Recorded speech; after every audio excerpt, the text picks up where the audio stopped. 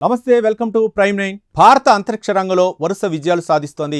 Chandrayaan, Aditya L1, Gaganyaan వంటి ప్రతిష్టాత్మక ప్రాజెక్టులతో ప్రపంచ దృష్టిని ఆకర్షిస్తున్న ఇస్రో ఇప్పుడు మరో కారణంతో వార్తల్లోకి నిలిచింది. గత కొన్ని నెలల్లోనే 100 మందికి పైగా అనుభవజ్ఞులైన శాస్త్రవేత్తలు ఇస్రోకు రాజీనామా చేయటం లేదా స్వచ్ఛంద పదవీ విరమణ తీసుకోవటం చర్చనీయాంశంగా మారింది.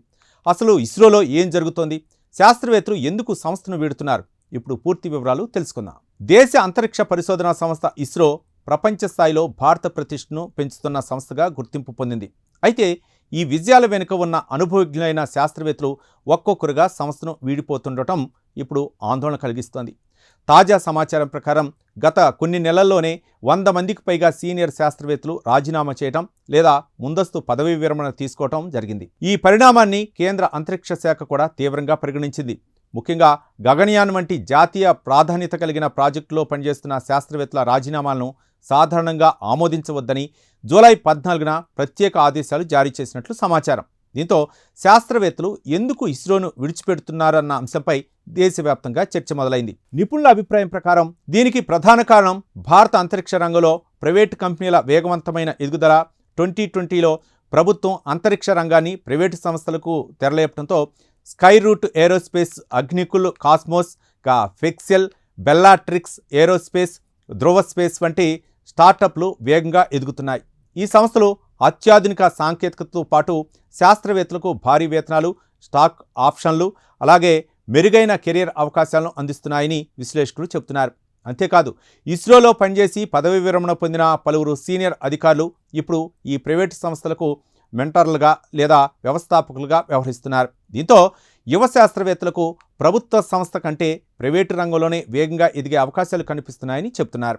మరోవైపు ఇస్రోలో అంతర్గత వ్యవస్థ కూడా కొంత ప్రభావం చూపుతోందని సమాచారం. గగనయాన్, SSLV, GSLV వంటి పలు కీలక ప్రయోగాలు ఆలస్యమవటం, కొన్ని నిర్ణయాలు కేంద్ర స్థాయిలోనే ఎక్కువ కాలం నిలిచిపోవటం, పరిపాలనా ప్రక్రియలు నెమ్మదిగా సాగటం వంటి అంశాలు కూడా శాస్త్రవేత్తలు అసంతృప్తికి కారణమయ్యాయని అంతరిక్ష రంగ నిపుణులు చెబుతున్నారు. ఇప్పుడు నాసా, యూరోపియన్ స్పేస్ ఏజెన్సీల తరహాలో ఇస్రో కూడా తన ఉద్యోగ విధానంలో మార్పులు తీసుకురావాల్సిన అవసరం ఉందని నిపుణులు సూచిస్తున్నారు. ఆ అధునాతన పరిశోధనలపై దృష్టి పెట్టడంతో పాటు ప్రాజెక్టు ఆధారిత నిపుణులు కూడా వినియోగించే విధానాన్ని పరిశీలించాలని అభిప్రాయపడుతున్నారు. ఇస్రోలో మొత్తం 14,600 మందికి పైగా సిబ్బంది ఉన్నప్పటికీ రాజీనామా చేసిన వారిలో చాలామంది చంద్రయాన్ 3, గగనయాన్, స్పేస్ డాకింగ్ వంటి కీలక మిషన్లో పనిచేసిన అనుభవజ్ఞులైన గ్రూప్ ఏ శాస్త్రవేత్తలే కావటం ఆందోళన కలిగిస్తోంది. వారి అనుభవాన్ని కొత్తగా చేరే యువ ఇంజనీర్లతో వెంటనే భర్తీ చేయడం అంత సులభం కాదని నిపుణులు చెబుతున్నారు. ఒకప్పుడు భారత అంతరిక్ష రంగానికి ఇస్రో ఒక్కటే కేంద్ర బిందువుగా ఉండేది. కానీ ఇప్పుడు ప్రైవేటు రంగం వేగంగా విస్తరిస్తుండటంతో పరిస్థితులు మారుతున్నాయి. ఈ నేపథ్యంలో కొత్త ప్రతిభను ఆకర్షించడం మాత్రమే కాదు, ఇప్పటికే ఉన్న అనుభవజ్ఞులైన శాస్త్రవేత్తలను సంస్థలో కొనసాగించడం కూడా ఇస్రోకు పెద్ద సవాల్గా మారింది. అయితే ఈ రాజీనామాలపై ఇస్రో లేదా కేంద్ర అంతరిక్ష శాఖ నుంచి అధికారికంగా సమగ్ర వివరణ ఇంకా వెలువడలేదు. పరిస్థితిని ఎలా ఎదుర్కోవాలన్నది ఆసక్తికరంగా మారింది. ఇలాంటి తాజా జాతీయ సైన్స్ అండ్ టెక్నాలజీ వార్తల కోసం ప్రైమ్ 9ని సబ్స్క్రైబ్ చేయండి. Thank you.